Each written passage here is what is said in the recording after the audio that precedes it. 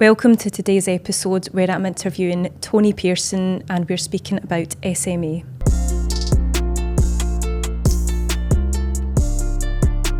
Welcome to today's episode, Tony. I really appreciate you coming on and looking forward to discussing your journey with your daughter Grayce, her diagnosis of SMA, and your journey from diagnosis to where you're at the moment. So thank you for having me. Thank you. This will help get the word out there to try and raise awareness for this condition, because Britain don't test for it, they don't screen for it, they don't notice it. So me being here, thank you for having me, to try and fight for this for all the future babies. Yeah, so can you just talk me through, just for anyone who's watching who's not aware of what SMA is, just a wee bit of background of the different types and maybe a couple of stats about who it affects and the severity of how much it affects. Spinal Muscular Atrophy, it's a neuromuscular condition where it affects the muscles, usually within their arms and their legs. Sometimes the severity could be their head or their limbs, but SMA type 2, which my daughter's got, she's not walking, she's not weight bearing, she's not crawling. We didn't know this condition existed until she got diagnosed at 14 months old. The reason we get diagnosed was at 7-8 months old, we noticed Grayce wasn't using her legs anymore, she wasn't crawling, she wasn't rolling over. And we were concerned why we've seen other babies that are doing it and she wasn't doing it. So me and my wife got referred to neuromuscular team with the Children's Hospital at Queen Elizabeth. And they diagnosed her with SMA, but we had to get a blood test done. They thought it could be either hypertonia or SMA, which is obviously, there's different types. SMA type 1, they're diagnosed in the womb. The reason they can diagnose in the womb is they don't move in the womb. So when they're born, they're tested straight away and it's noticed. SMA type 2, which my daughter's got, is we didn't know up until she was 6 months old, and then they tested for her. And then after a while, me and my wife get checked and tested and we have the condition, or the carrier of the faulty gene. Right, so it's an inherited genetic condition then? Yeah.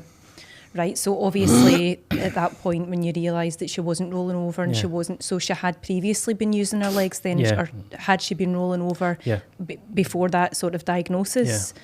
So what was the process? Where was she being monitored by health visiting team? So what happened was the health visitor came out to the house and we showed her Grayce and they referred us to the neuromuscular team at Queen Elizabeth, and Dr. Ian Horrocks, who's the main SMA doctor of that hospital, he got asked to get a video sent of Grayce over to him. And they says, it looks like SMA, but we need to get her tested.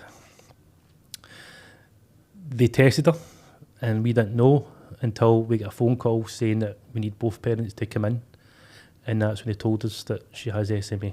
Now, SMA, you don't know you have it until diagnosis starts. So 1 in 40 people carry this faulty gene. And then once that baby's born, it's a 1 in 4 chance your child's going to have that condition. But Britain don't test for it. I mean, America, France, Germany, even war-torn Ukraine test for this condition. But Britain refused to still do that. But if they tested for it, they could start gene therapy the minute they're born. Yeah. Like you say, obviously it's not detected until it's symptomatic, and then by that point you obviously have to go through the testing where the deteriorations maybe already started occurring.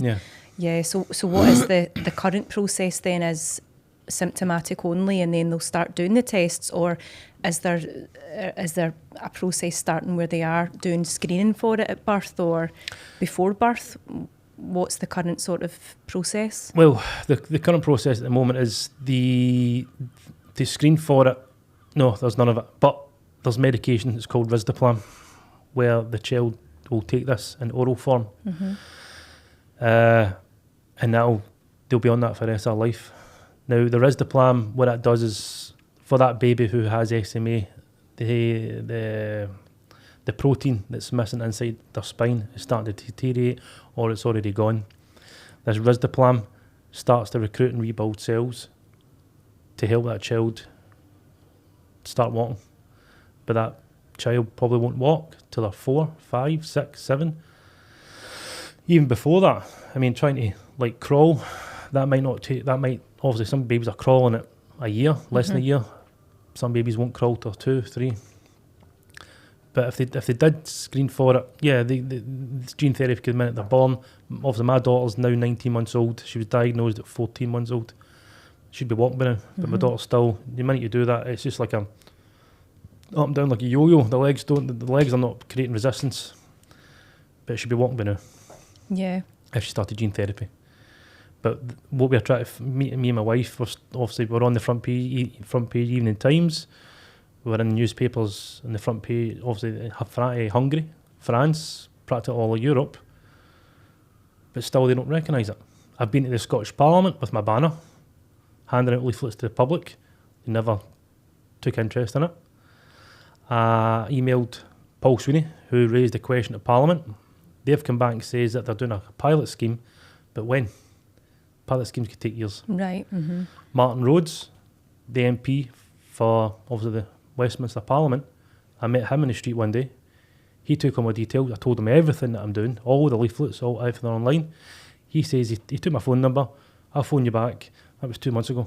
Still waiting. They're not taking interest in it. And that's what I'm trying to fight for. Because I'm doing a cut walk on the 15th of September to raise funds for the charity. So far, the Just Giving page has got nearly $2,000. Hayes Travel. So we've teamed up with Hayes Travel in Glasgow and Gordon Street, the bottom of town. We're doing a fundraiser with them. So far, they sent us an email today. So I want to say a massive thank you to Hayes Travel for raising funds. So far, we've got £500 of ticket sales. Now, the raffle takes place on the 3rd of September. We've still got, that's only been 8 days. We've raised £500. We've still got another 19 days. Whatever the store raises, corporate doubles it. Wow. So we could be talking over $3,000 so far for the charity. Now, if you think about it, to test a baby, it's only £5, just over £5. Do you amount of babies they could save? And with the government sending £3 billion to Ukraine, do you know how many babies could be saved with gene therapy and testing them?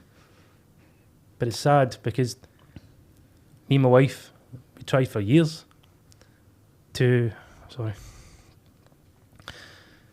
had to go through fertility treatment to have Grayce, and this happens.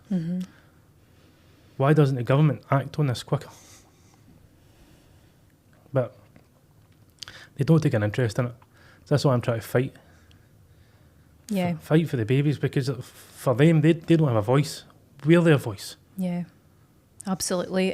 No, and I do really appreciate you coming on and sharing your story, because as painful as it is to go through this process and the ordeal, and Grayce is, I've seen her, she's just lovely. Aye. She's so bubbly and just so happy looking. You would never know until obviously you had mentioned that this is what's going on.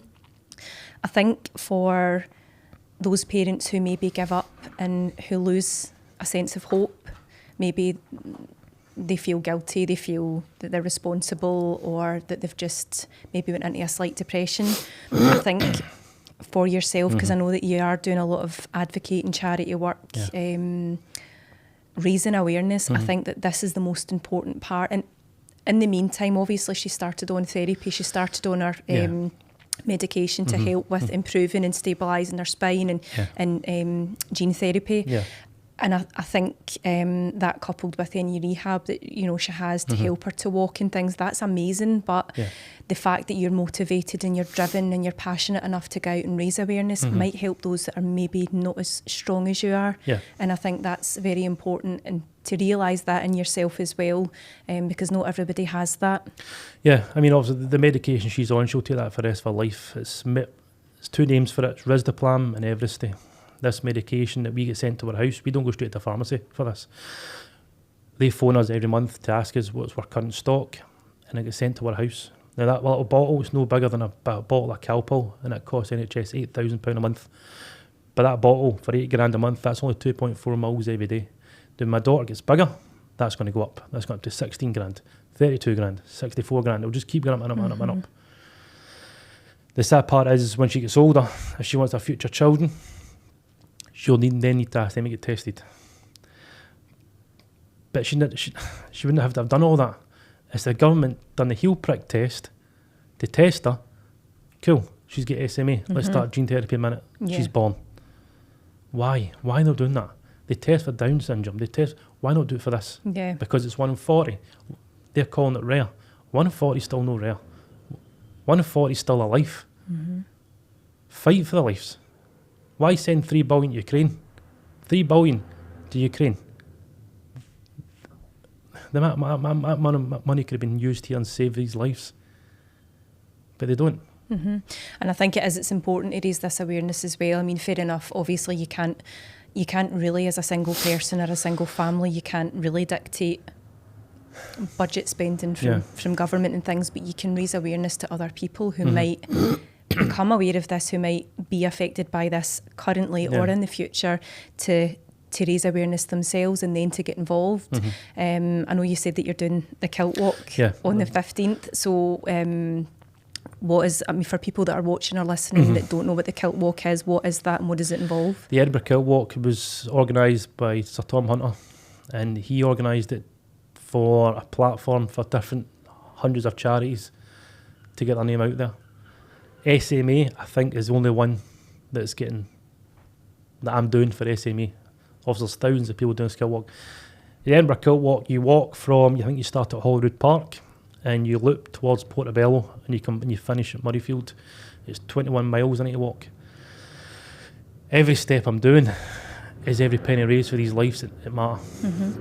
But there's hundreds of charities that are getting organised. Obviously, I'll be doing it myself. Because it's a platform to use for these children, because all they have is their parents looking after them. Obviously, there's nothing else is happening for them. So if doing the kilt walk, it's 21 miles. All I'm doing is a walk, but it's not just a walk. SMA gave me a flag as well, so I'm going to be walking about the full walk, because the amount of charities, people are going to be on the stand line watching the charity walk and go, well, there's Down syndrome, there's cancer, there's Marie Curie. How many people know what's SMA? What's that guy carrying? I can tell 9 out of 10 when I handed it. My wife and me, we ordered 3,000 leaflets, which I've got here. I've still got 400 left. All of them are handing out in Buchanan Street, Argyll Street, Clybank, Dumbarton, Kirkintilloch, everywhere. Not one of them knew what I was talking about. They don't know what SMA is. That's sad. Yeah, I think, because when we had first kind of spoke about this, and you obviously hear about spinal muscular atrophy, and you hear about motor neuron disease, and you hear about all of these sort of neurological and motor neuron disorders, but just the word SMA, it's like, and we spoke about this as well, and we had a laugh about it, thinking it was like a baby formula. Yeah, me and my because wife, you just don't know. Yeah, when they diagnosed Grayce, when we get told, obviously they phone my wife and says, can you come in to the neuromuscular department in Queen Elizabeth? Could you come in? I mean, okay, well, it could be anything. It could be hypotonia, it could be SMA. 10 minutes later, they phoned us back and said, we need both parents to come in. And that's what got our backs up, and anxiety going through us, going, oh no, what have they found? And they say your daughter's got SMA, and our first words were, what is our daughter got intolerance to the baby formula? and we're like, what is it? And they says it's a condition that affects our muscles. And we're like, is it? My wife, the first question she asked them was, is my daughter going to die? And they said no, she won't die. But we need to get us tested, we need to get us treated straight away. Yeah, so it's hard to talk about it when I'm having a conversation, but I put it back in my mind when I know that what I'm doing for Grayce and the other SMA warriors, when they get older, that these people, they've got a voice for us to fight for us. Yeah. Because all they can do, these children or these adults who've got SMA, they probably don't have the strength to do this because the condition makes them tired quicker than us. So they probably don't have the fight in them to go and continue this. That's what it's up to us and the public to fight for them. Definitely. So what is the, I know that there's a committee that's come together, like a board, isn't it, for is it the SMA charity? Yeah. So they are trying to advocate for screening in the UK, but I think it's only England that has the labs that are on board to actually do the screening process, whereas Scotland's not been. No. So they've organised a pilot scheme to try and obviously get as much testing done as possible. But they can't give us a green light on when this pilot scheme finishes and when they go, right, okay, we've noticed it. Let's start testing every baby. So it's like, just get it out there, roll it out. Yeah, definitely. And for the medication then, is that, I know obviously you said that there's different types, so that they kind of range in severity.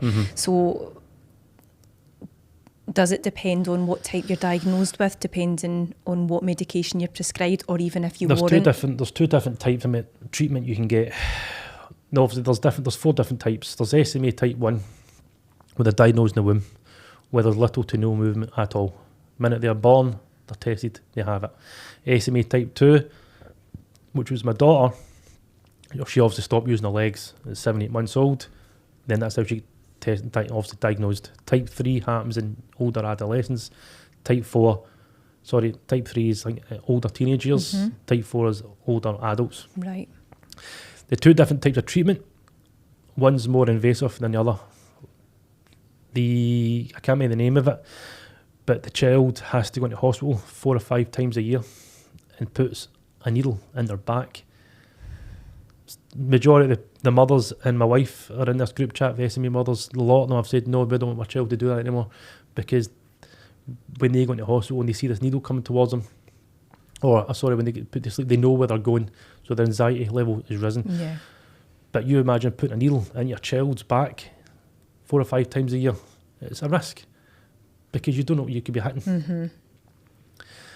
That one is more invasive. The other one is orally.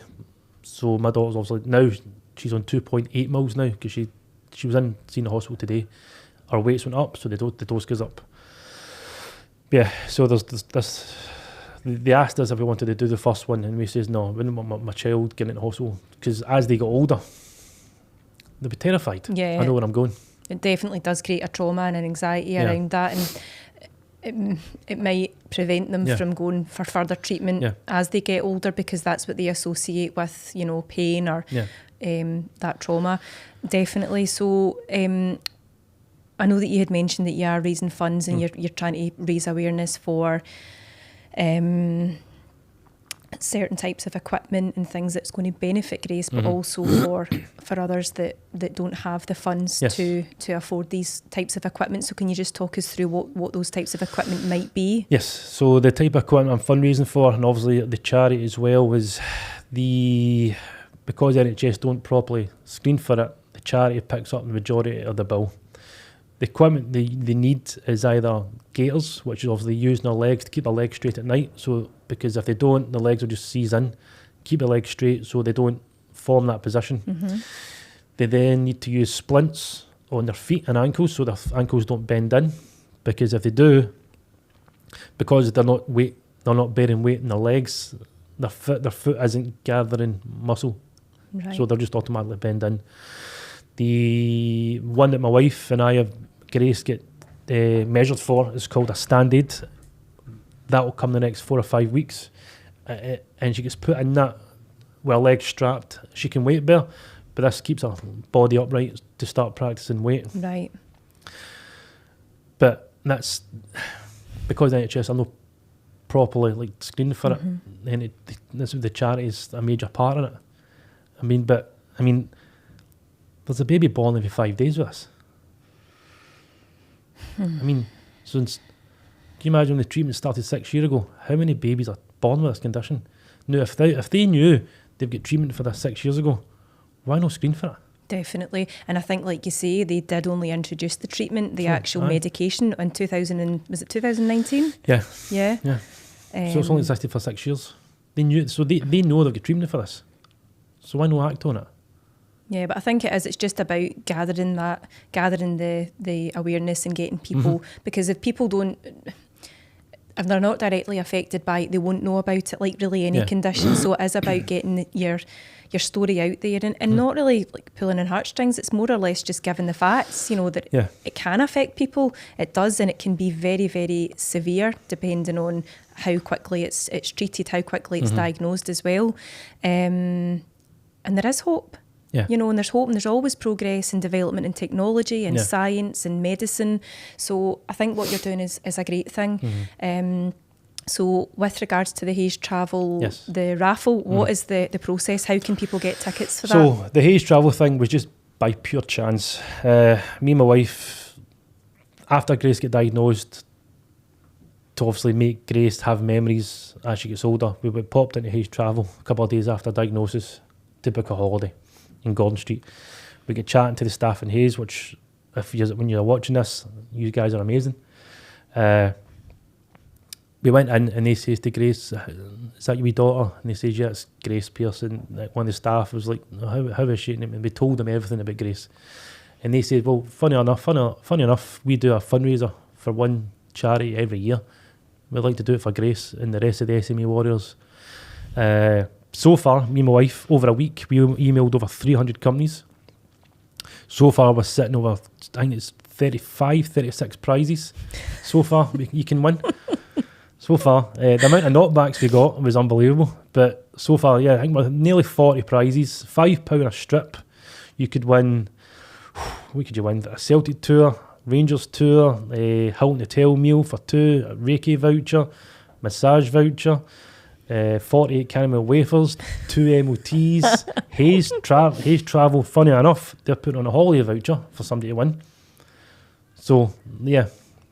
Definitely because worthwhile. when I've done the Just Giving page, which I'm currently sitting at nearly £2,000, I says to my wife, how else am I going to get money off people without constantly begging? Rather than I can do this for them and they could get something out of it, plus give money to charity. Yeah, so we're sitting at £500 today. The email is we're sitting at £500 in raffle ticket sales. That's only been 9 days. So yeah, we could get a lot more. But every penny of that is going to benefit the children. Definitely. Because And I know obviously you said about the kilt walk, so is it the CEO then of SMA? Yeah, so Giles Lomax, who's the CEO of SMA UK, he's going to be at the finish line to welcome me over. Well, if I'm going to crawl over the finish line. The kilt crawl? Yeah, the kilt crawl. Aye, hashtag kilt crawl. He's going to be at the finish line, and also Grayce is going to be wearing her SMA baby onesie, and also I'll carry her over the finish line. So yeah, so get it out there as much, because I think when he told me he was going to be at the finish line, I went, cool, that's even a better highlight. Yeah, motivation for you, definitely. Because my wife says, like, why don't you sellotape a bit of paper, a picture of Grayce to your arm if you feel giving up? I said, I won't give up, because these children are not giving up. I won't give up on them. Even if I have to crawl over that finish line, I'll do it. Wow. It's inspiring. Yeah.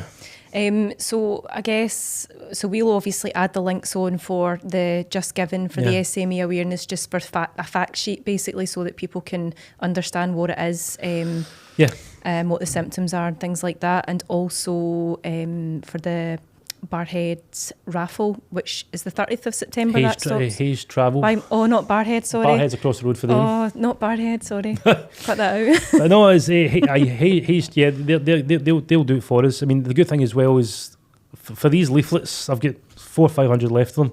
When I was doing it with Argyle Street, Dr. Farouk, who was an SMA doctor in Arab Emirates, he seen me in the street and he says, that's amazing. I've not seen anybody do that anywhere.